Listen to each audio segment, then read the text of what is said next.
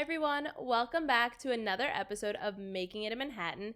Today we're going to be talking all about Sex in the City.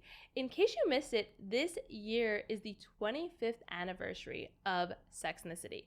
So we're going to be talking about the series, how I first discovered it, how it impacted my style, and also we're going to touch on the new series a little bit and talk about the first two episodes of And Just Like That. So let's dive in.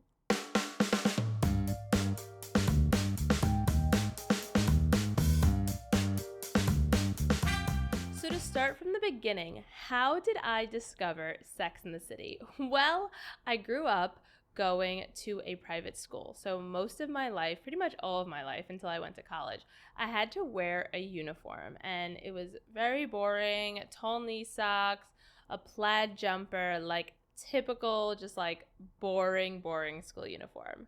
So I did not know anything about Sex in the City or fashion really until I, got older, started to experiment with style. And I had heard of this show called Sex in the City, but had no idea what it was about. Like, I just knew that I essentially wasn't allowed to watch it because it had the word sex in it. And we had a TV with a guide. So sometimes I would see on the guide, it said Sex in the City. And I'm like,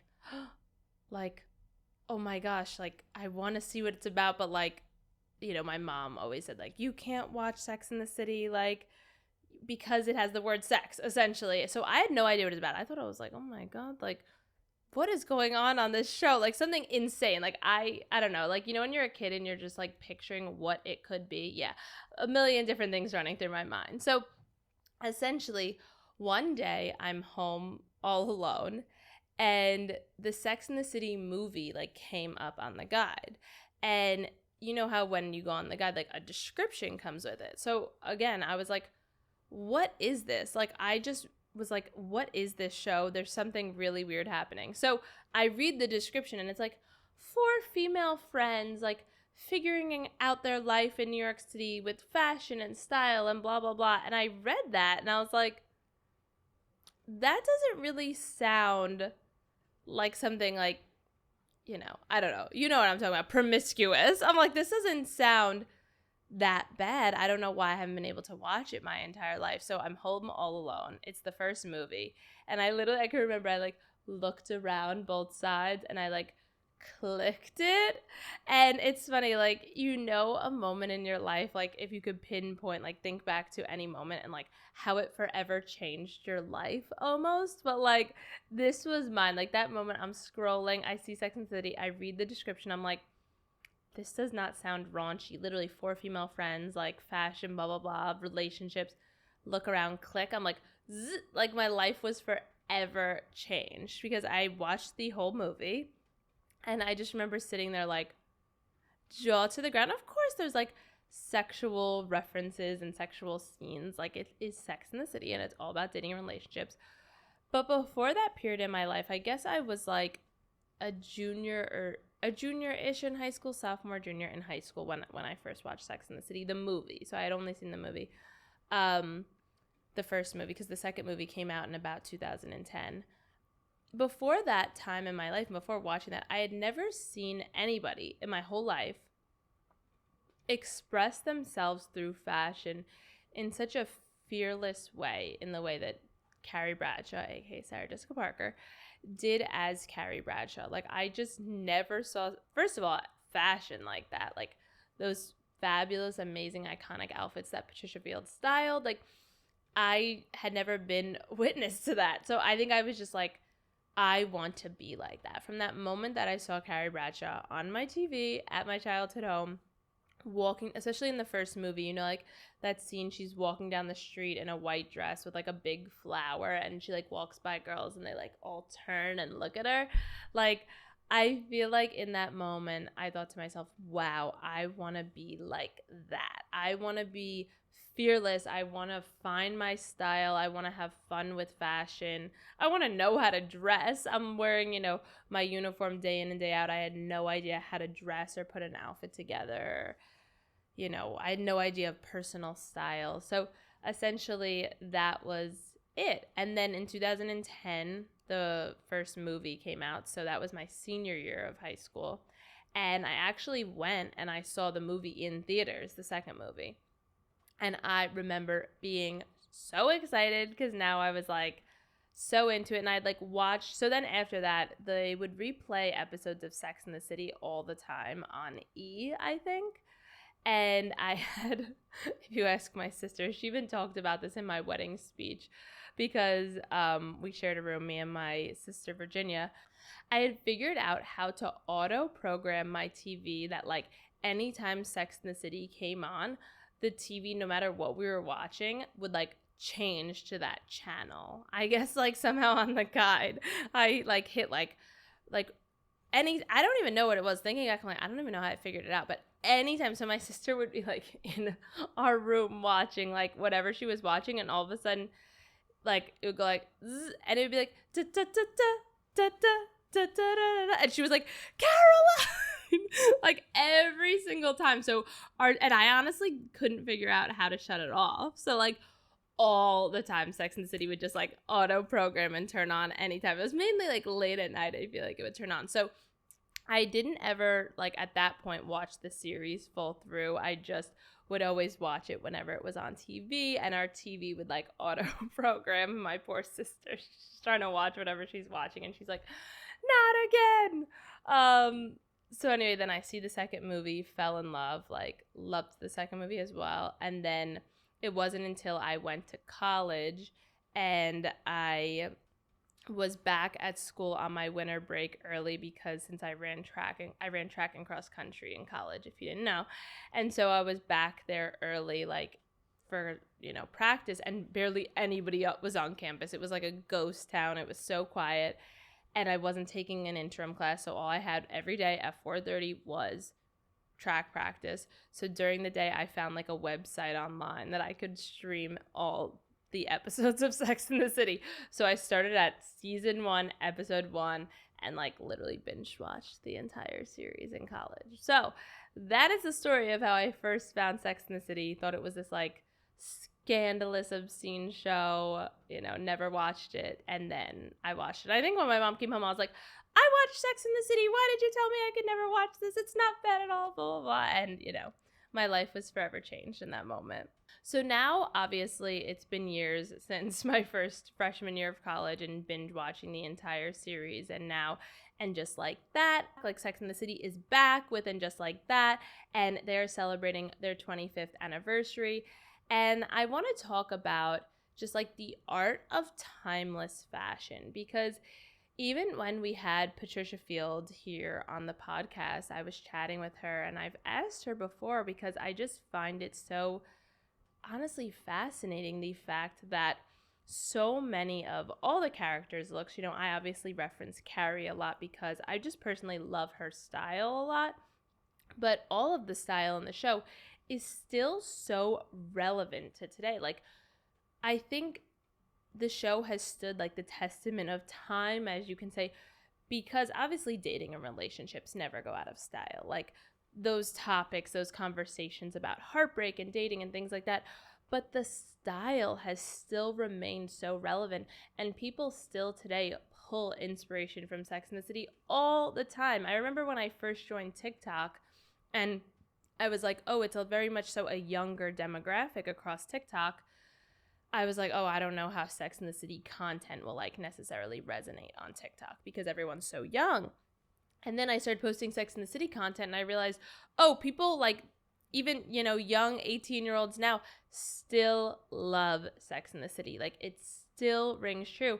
And Patricia Field, she's like, I wasn't even like thinking about that necessarily, of like withstanding the 25 years that this fashion will not feel old and stale. Like she just did her thing. She just styled fearlessly, and she obviously like, she didn't create Carrie Bradshaw. She created, Candace Bushnell created Carrie Bradshaw, who's the author of the Sex and the City books, but she created Carrie Bradshaw's style. And that is what, that mixed with obviously the amazing acting from Sarah Jessica Parker and the original writing from Candace Bushnell, has created this woman, this New York City woman, that is so timeless that people still resonate with and love. And don't get me wrong, as I've rewatched the series, because it's funny, recently with knowing that the new season 2 of And Just Like That was coming, I started like semi rewatching the original series and like would just put it on in the background as I was editing and writing and things like that. And I'm not gonna lie, I don't fully always agree with all of the things Carrie says and does, and like the way she acts in her friendships, because I know there's been like a lot of TikToks and things online being like, growing up is realizing like Carrie isn't the best character or whatever like that. But for me, style wise, I still just think her style is just so iconic. And certain items like a Fendi baguette, Carrie Bradshaw, Patricia Fields, Candice Bushnell, Sex and the City reinvented the Fendi baguette. Like they put the Fendi baguette on the map, and like Fendi started remaking their iconic Fendi baguettes. They remade the purple sequin Fendi baguette, which was an iconic moment in the show when Carrie gets robbed down the street and he takes her Fendi baguette. Like, it's crazy to think how like a show and like a character and a moment can like shape a people. Like, I'm sure so many of you listening to this can be like, yeah, maybe like you moved to New York City because you watched Sex and the City, or you bought your first pair of Manolos because you just like saw Carrie Bradshaw wearing them in the show and you just wanted a pair of Manolos. Or maybe you got the blue Manolo Hungies for your wedding, or you know, you got a vintage Dior t-shirt because you saw Carrie wearing one in the show. Whatever it might be, like, this show has impacted so many people's lives and has been so timeless. And I still today, like when I was rewatching the series, it's funny, I was making notes on my phone. I was like, go on eBay, look for this. Go on eBay, look for this. Like, I have a list of like all these vintage pieces I saw on the show that I want now. Like, they are still in style, they are still in fashion, and the show has just stood the testament of time, which is like insane to think about. You know, when I bought my first Fendi baguette, it was totally because of the show. Like, I saw Carrie using Fendi baguettes all of the time. And it's funny, which I'm going to get into in a little bit, they did a 25 anniversary pop-up event in the city, and it was so cool. But they had like a little Q&A panel with Sarah Jessica Parker and the two stylists of the And Just Like That series, and they talked about how in the beginning they had a really hard time from designers, like getting designers to lend them pieces. Like, designers did not want to lend them pieces, which is so insane now. Like, that this show, I feel like if Carrie wears something, it sets like the world into a frenzy. People are all over the internet trying to find, even with the new series, I was like looking up pieces she was wearing because, you know, my thought being was like, I essentially didn't get to, at the time when the original show started, I couldn't buy things in real time. Like, the show started in, I have it, 1998, I believe, and ran into like 2004, and then the movies and everything. But like 1998, I was in kindergarten, so it's not like I could go out and be like, ooh, I should like go get a Fendi baguette, like invest, build my collection, build my wardrobe. I was a baby. So now with the new series, I'm like, ooh, I should try to collect some of the pieces, and like, just because I love the show so much, why not? But yeah, it's fascinating. And it's funny, like, this weekend I was actually away on a bachelorette party, which we'll get into that on another episode. But I was at a bachelorette party in North Carolina, and we were playing this game, like asking, where each person goes around and like asks a question. And somebody asked a question, and it was like, if you could live any movie, like as the main character, start to finish, like what movie would you pick?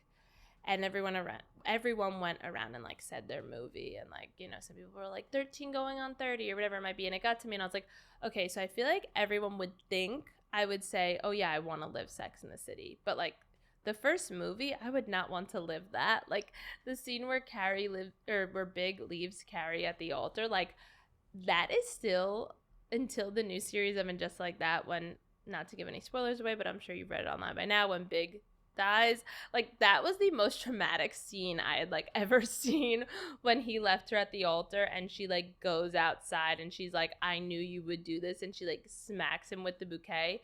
To this day, if I'm watching the movie, I like have to walk out during that scene, or I have to fast forward, because I start like sobbing. Because like, I think the other thing is, and that's why I've been like so excited about the new series is the thing with this show is you grew up with these people over 6 seasons. They become almost like a familiar friend, like visiting a familiar friend. And that's what I've loved about the new series is like, it's like visiting an old friend and it's like warm and cozy. So to watch your friend like get stood up at the altar and to see her so traumatically like yelling in the middle of the street in Manhattan, like I don't even know how I got on this tangent. Oh, I said I didn't want to live the movie because of that scene. I was like, that scene is like so traumatic, and like the acting, and then like, you know, Charlotte's like, no, I'm like I can't even watch it. Anyway, so the movie I picked was Confessions of a Teenage Drama Queen with Lindsay Lohan. And then if you haven't seen the movie, it's amazing. You need to go watch it. But it's funny, then we started talking about like how movies and shows like absolutely shaped our lives. And like for me, Sex and the City is definitely one of them, but then there's other ones for sure, like Confessions of a Teenage Drama Queen, 13 Going on 30, Confessions of a Shopaholic, like all these fashion movies, which we could honestly just do an episode all about fashion movies that you need to watch. So, you know, the timelessness never goes out of style. Things that I have just invested in since watching the show. I'm rewatching Tiny Bags, Manolos, Fendi baguettes, vintage Dior tees. Oh, and the other thing I wanted to talk about was tulle skirts. I like said to Patricia Field when we did our episode, I was like, did you ever think that years later for Halloween, every year there are still people dressing up in tutus, in tulle skirts with pink tank tops because of you? And she's like, I never thought like that like the tutu was like $5 from like a little bin in a store. If you haven't listened to the episode with her, I highly recommend it. It's just so exciting and inspiring. But yeah, like I was like, did you ever think? And she said no. And I think that's the beauty of this show is maybe they weren't trying to make it timeless. They were just doing their thing and being authentically themselves, and it has just stood the testament of time. So now just to talk about, you know, 25 years of Sex in the City. So HBO did a pop-up in Soho for Sex in the City. It was called And Just Like That, It's Been 25 Years, a Sex in the City Experience. And I was super honored. I got to actually work with HBO and attend the pop-up event. And I posted about it on Instagram. But I just wanted to quickly, as we're reflecting on Sex in the City and the iconicness of 25 years, like I just wanted to tell you guys about what the pop-up was like and like what I got to do there. So what did I wear? I felt like I needed to channel my inner Carrie Bradshaw, of course, and I wore a white tulle skirt, a rainbow striped top that was sparkly heels, and then finally I broke out my purple Fendi baguette because I actually bought one of the iconic deep purple Fendi baguettes. I had been looking for one for years, and it wasn't until I was on my honeymoon in Venice. I made friends with a sales associate at the Fendi in Venice, and she was like, we're doing a restock because Fendi started making the baguettes again. Believe me, I've looked for a vintage one, couldn't find one, but Fendi started remaking the purple baguettes. So I asked her when they were going to relaunch them, and she was like, listen, if you want one, you got to, that was in November. She's like, they come out in January, February. You need to order it now because we do all the pre-orders, and then by the time it's actually out, the stores only get like one or two, and you won't be able to get it. So I essentially ordered this Fendi baguette all the way from Venice, waited months. I was like, oh my God, imagine if this never comes and I was just scammed. Like, I have no idea. I just was like, yeah, here, sure, charge me for the baguette. Hopefully it comes. Anyway, it came.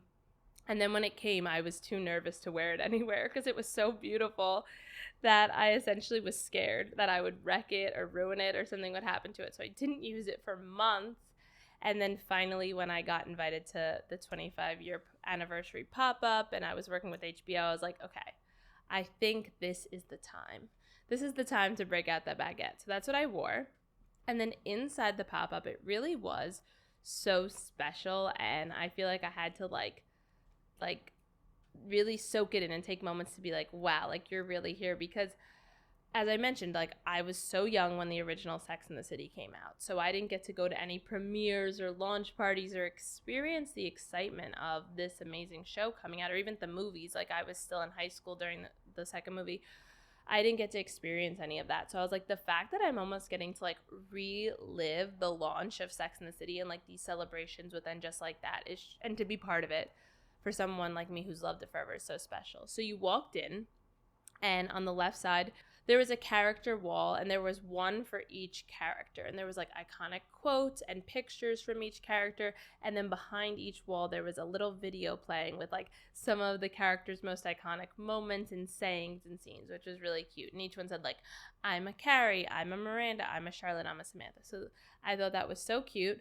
Then you walked in a little bit more. On the right side there was like a little like bodega-y like convenience stand, like newspaper stand that you'd see on the street, and they had like old TV guides that had like Sex and the City on them from back in the day when it came out, newspapers, candy, all kinds of things. Very New York, a very New York moment.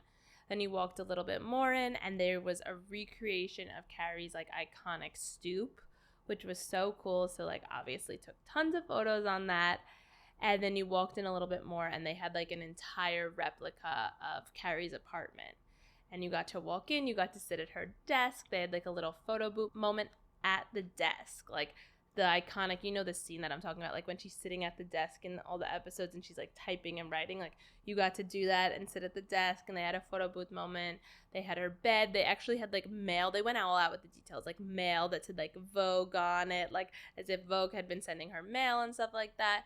It was just literally so, so cool. And then you left the bedroom, and then you went through this hallway that was a little bit darker, and they called it like the dream sequence. And essentially down that hallway, it was really beautiful. It was like revisit like the costumes by Patricia Field, and it was like a beautiful, like it was like flowers going across the screen, and then it like led you to different photos of the characters and like different iconic outfits, which was really so special. And to like revisit all of, you know, the memories and the moments and like the inspiration for us all like over the years was really cool. Then you walk through the dream sequence, and then in the next room in glass cases they actually had costumes from the show. So they had the iconic tutu, of course, the Manolos. They had the real purple Fendi baguette, like the original one.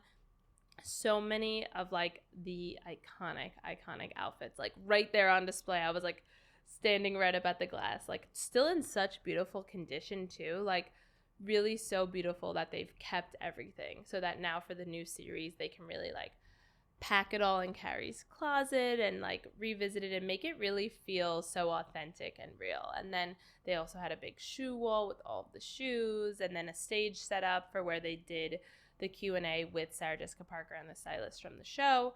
And then of course they had a little merch section that said like 25 years of Sex and the City, and of course, you know, I had to get something. They had like slippers that said hello lover on it, which, you know, Carrie says like when she looks at her shoes. So it was really such a beautiful experience and so cool to get to revisit it, and also so exciting before the new season of And Just Like That started. So now to just dive into, you know, the new season of And Just Like That, a new era begins is what they're calling it.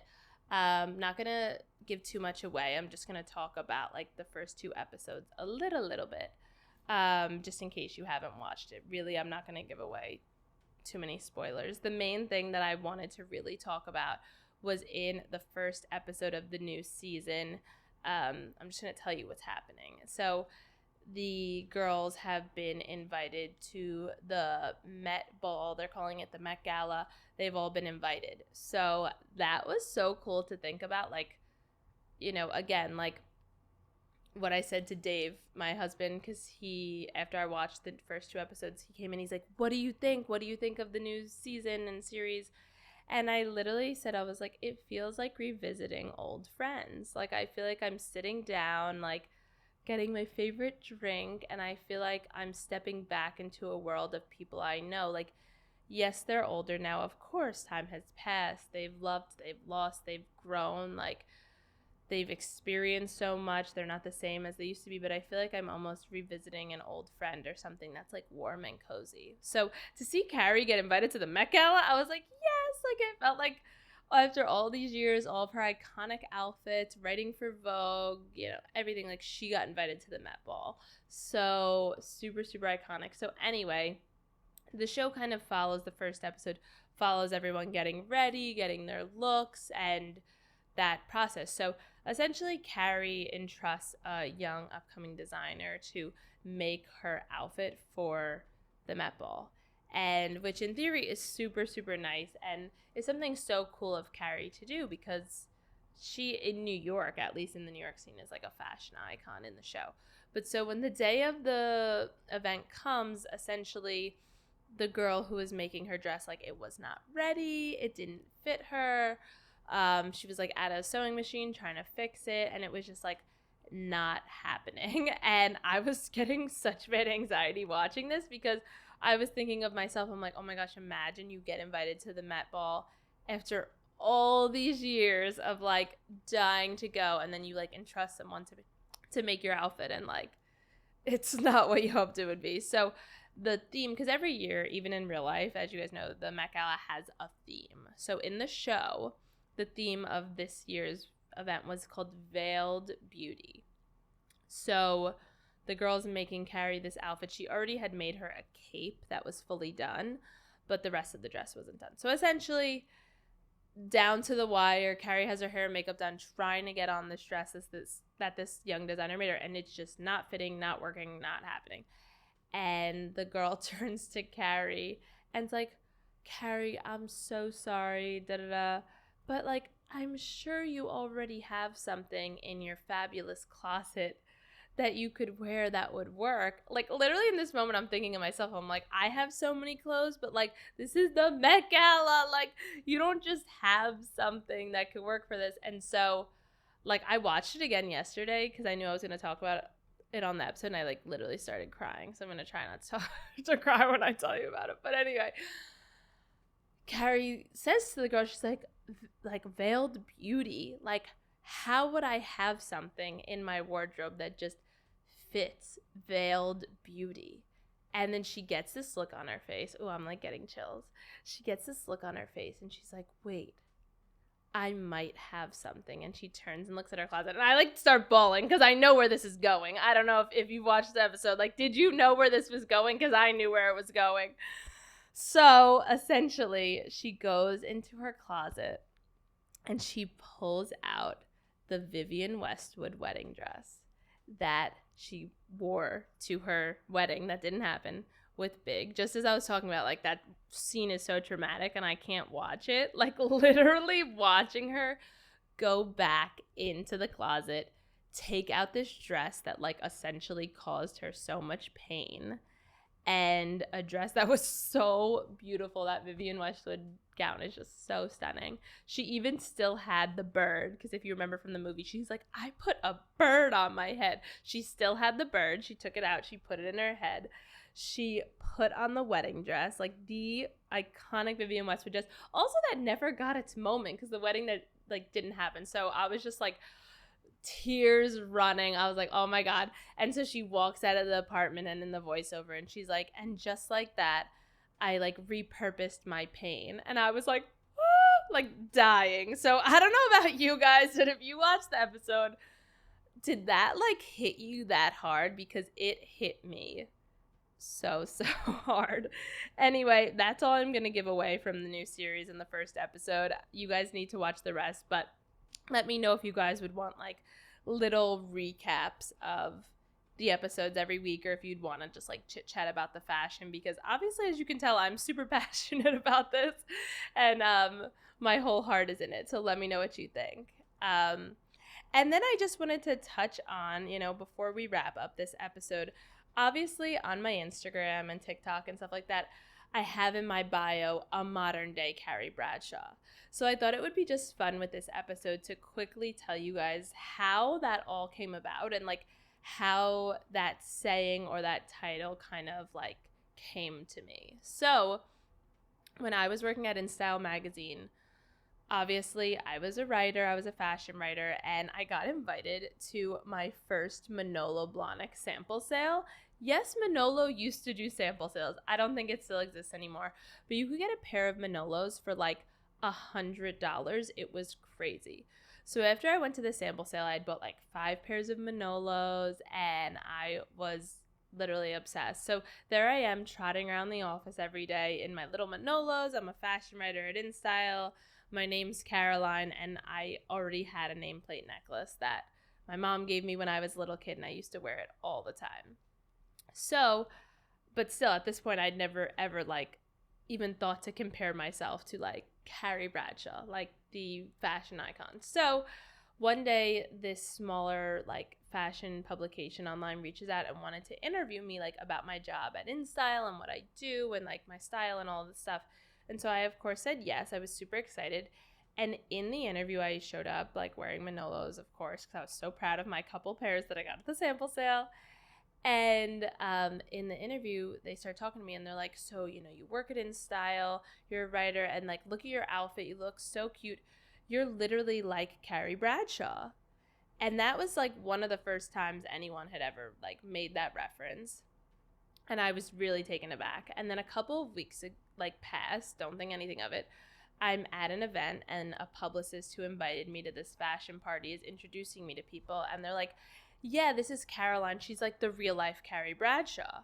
And I'm like, this is so bizarre, but like so flattering. And, again, don't really think anything of it, like super, super flattered. And then I start writing my book and I tell my literary agent that some people have been calling me that. She's like, that's amazing. Like, you should totally run with it. So then maybe like a year or two pass and I start like posting a lot of Sex and the City content, of course, and like sharing that I love Sex and the City all the time. And I would like say things like, like Carrie Bradshaw, dressing like Carrie Bradshaw with my Manolos, this, that, and the other. And then one day I get an email from Patricia Field, who is the stylist of Sex and the City, as I mentioned, from Patricia Field's team. And they're pretty much just like, hey, we'd love to meet you for coffee and talk about a project idea we have in mind.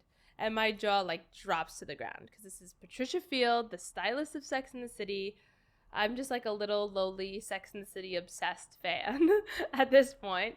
And so I go to the coffee meeting, no idea what's going on.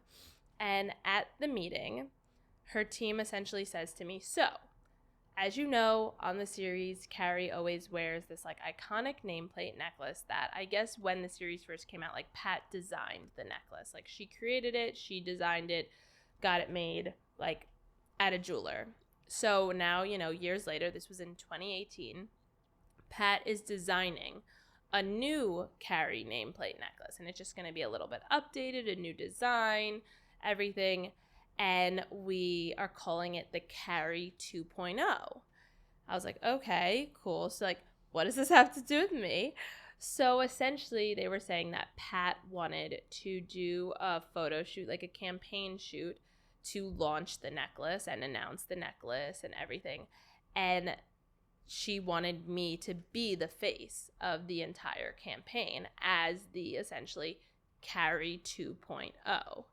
And I was absolutely floored, shocked, couldn't believe it, like had to pick my jaw up off the floor again, as always, but tried to play it cool. And I was like, of course, I'd be happy to do it. And essentially so then we planned it out, picked a day, got a photographer, everything, planned out a whole shoot. They pulled actual pieces from the Sex and the City archive. I got to use Carrie's actual bedazzled cell phone, like wore the Manolos, tutus, everything. Like they went all out. We got my hair and makeup done. They curled it super tight, just like Carrie, and the photos were incredible. And then the photo shoot got picked up in Women's Wear Daily and Vogue Italia and Glamour and all over. And after that, I was essentially like deemed the modern day Carrie Bradshaw.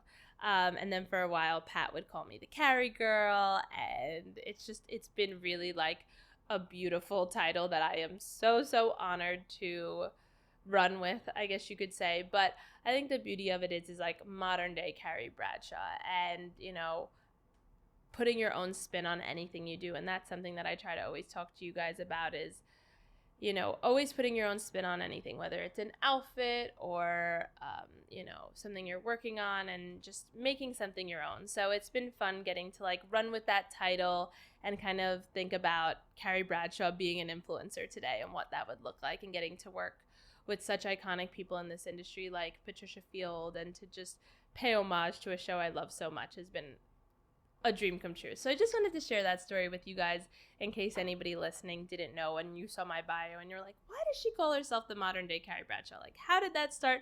Well, that is the backstory of all of that. So my making it in Manhattan tip of the week is be intentional about your decisions in life and things you are doing, because you never know how they could alter the entire trajectory of your life. Essentially, for me, watching Sex in the City that one day, even like going to the Manolo sample sale, posting about my love for Sex in the City, like all of these things essentially led me to where I am now in my career now in life. And like, if you want to relate it to the show, like Carrie breaking up with Aiden and choosing big and things like that, like you never know how the smallest decision in your life can like impact, you know, your entire career, your entire journey. And if you had asked me back in, what year was it? Maybe 2008, when I first flipped on that movie, Sex in the City, on TV, so scandalous, like thinking I'm going to get in trouble.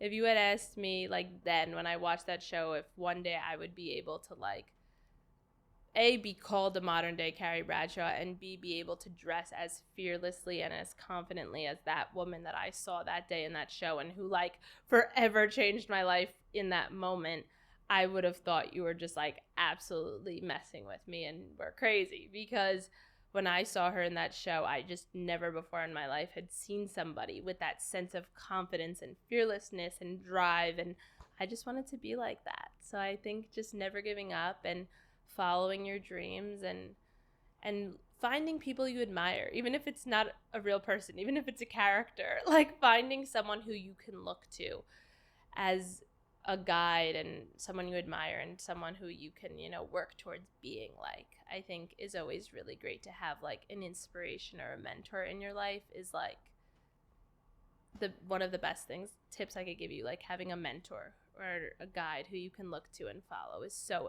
important. My making it in Manhattan question of the week is, what would you say has been the most pivotal moment for you during your personal style journey? Was there a moment or a piece that made you experiment more with colors, textures, silhouettes, etc.? Ooh, what's been the most pivotal moment for me during my style journey? That's a tough question, because I feel like there's been like a lot of moments that have led me to here and to led me to right now. You know what I mean? I mean, okay. I think a pivotal style moment was like when I finally decided to start wearing my glasses full time. Because before that, I only wore my glasses occasionally. As you guys know, I've talked about this. The struggle with not wanting to wear them all the time, not feeling pretty in glasses, not feeling like I could be stylish with my glasses, etc., etc. And I feel like the moment when I finally said, okay, screw that, not listening to the outside world and to society telling you that glasses aren't beautiful, I finally put my glasses on and was like, I'm going to rock them. I'm going to have pairs to style with every different outfit. I'm going to wear them to formal occasions. I'm going to wear them to my wedding, etc., etc. I feel like that was like a pivotal moment in becoming who I am and just in my style journey. So that is a wrap on the Sex and the City Making It in Manhattan episode. I hope you loved it. Let me know what you thought, and if you would want little, weekly touch bases or recaps, leave me a comment, send me questions, and I will see you guys next week.